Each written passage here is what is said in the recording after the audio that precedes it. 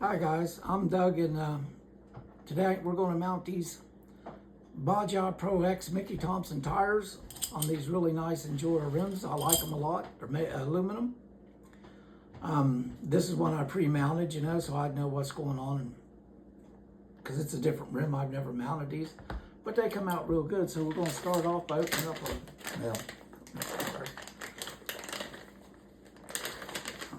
by the way, these are Pro lines. Very nice tire. Comes with a sticker. How cool is that? Put it on your toolbox, on your car, whatever. These tires are directional, so you want to be sure that when you mount them, that you don't mount them all going in one direction. Right there's a little rotation sign.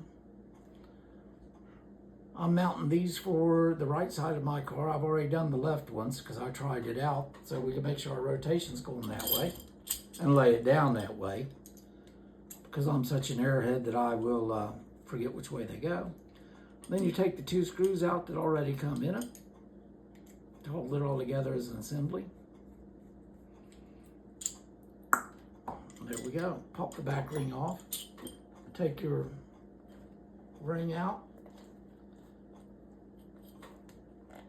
Get it inside of your tire, which always proves to be a little bit of a pain in the butt. But if you're like me, I just love doing this kind of stuff. So we got that in there. Make sure it's all seated the way it should be.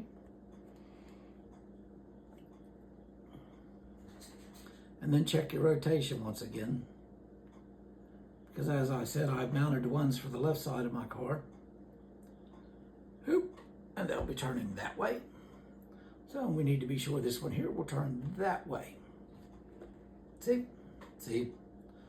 So outside of our rim will go in from this side. Take your time putting them together. It's never a race or how fast you get it done. Make sure your ring sits nice and even in there, because if it looks whopper-jawed, it will be whopper-jawed. Rotation, so see there, our tires will mount like that. We're good to go on that. Now we'll lay this down. Now comes the beastie parts, trying to get this all pushed down and get our holes lined up. Now, line your holes up with your other ring, with the outside half of your rim, for everybody who's going, what ring? Get her down in there.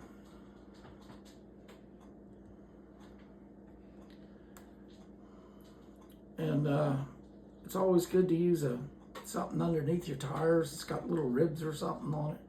That way, if you drop a screw, it doesn't roll off your workbench or your table and onto the floor. And if I were doing this out in the shop, it would be a catastrophe, because I'm a bolt turner, and my floor is covered in sawdust, of course, of shavings. So now we get our two screws mounted across from each other. Get them down in, just barely start them. Get it to go in 2 or 3 threads. You don't want to go too much, because you want to be able to adjust everything a little bit to make it all go. I counted all these screws a minute ago with my wife, and I think we counted 36 screws of them all. Could use some sorts of a power driver if you have one, if that's what you prefer to do.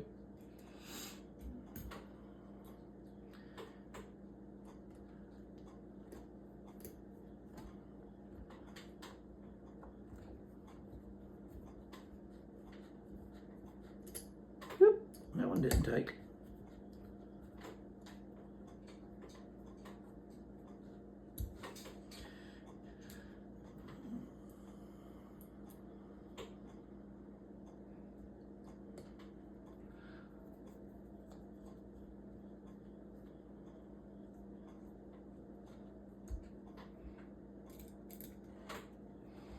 So we're down to the last one on the back side. On the front side, you got a million of them little boogers.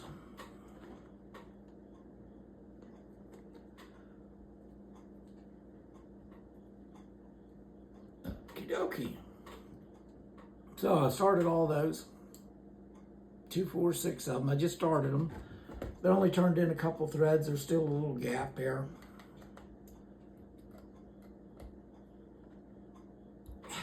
Boy, that fits good.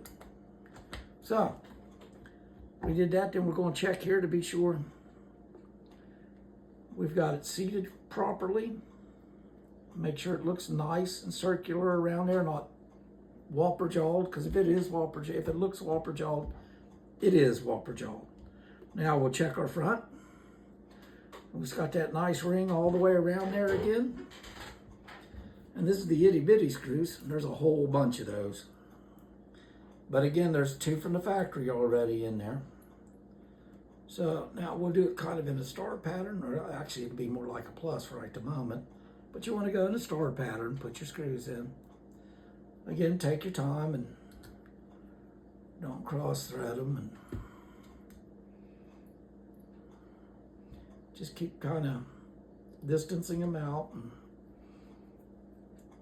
don't go starting here and then just keep going like that around. That's not a good thing to do. You can do it, I guess. I just don't care for that. I like drawing things down in a even manner.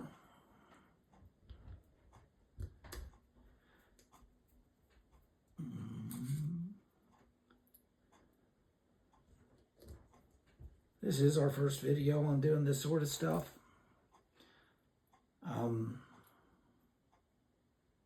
I've played with RC cars over 40 years. My first one was a Tamiya Monster Beetle. I do intend on buying another one of those now that they've re-released them, or just for the nostalgia of having it. And these here I'm going to put on my, there, dropped it. Either on my Vanquish or on my Defender. I haven't decided yet.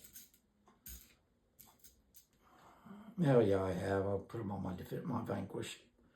But I will set them on the Defender to see how I like them. Who knows, might have to have another set of them.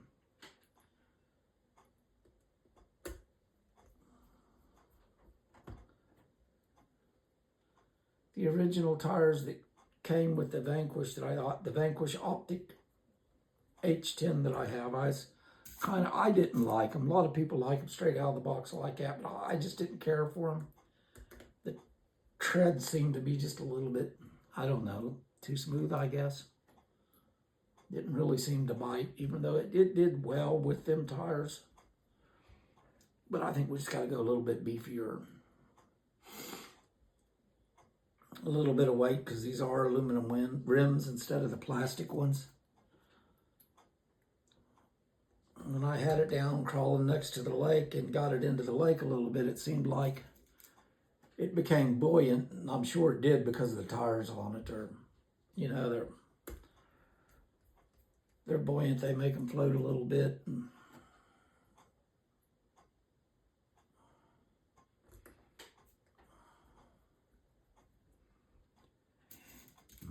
I hope I ain't boring you guys with all this, but there's a lot of screws.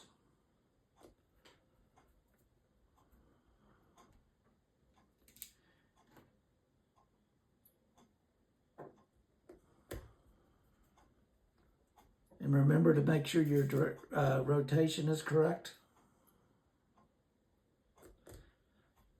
Even though I was once told you're always supposed to put one tire on backwards, that way if you're backing up, you get stuck and back up, you can have tread going the right way.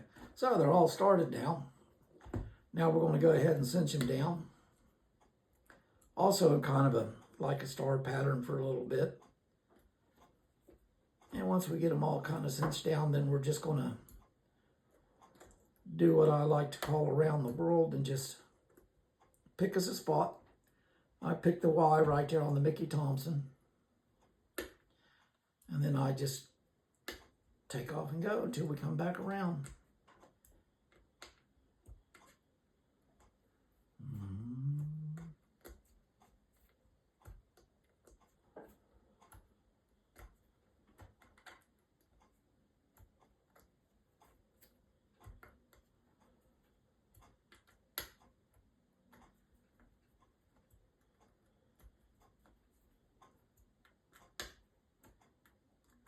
These Allen wrenches here, they're pretty nice.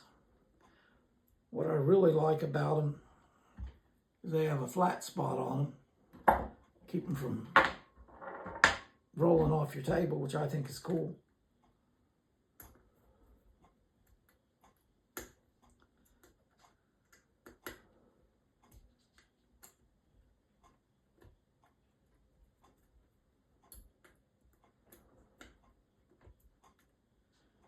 So, we have them all cinched down all the way back to the Y, plus the Y. We got all those installed. Now we're going to go ahead and cinch the back of them down.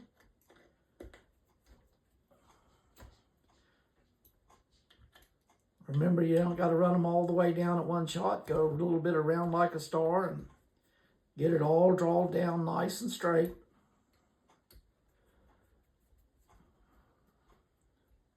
Don't want to be out there with your bead all whopper-jawed and then have somebody walk up to you, be looking at your rig and tell you that your tire's not mounted correct.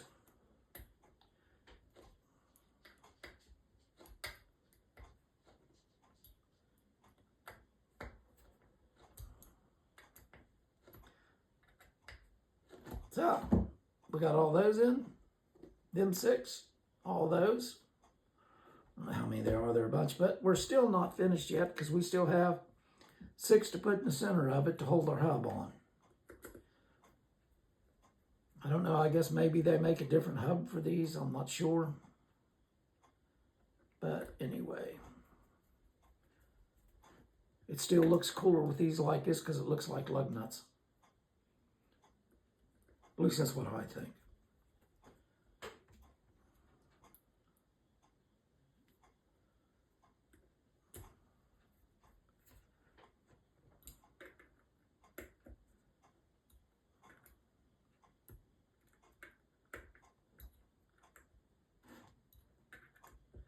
So, there we go.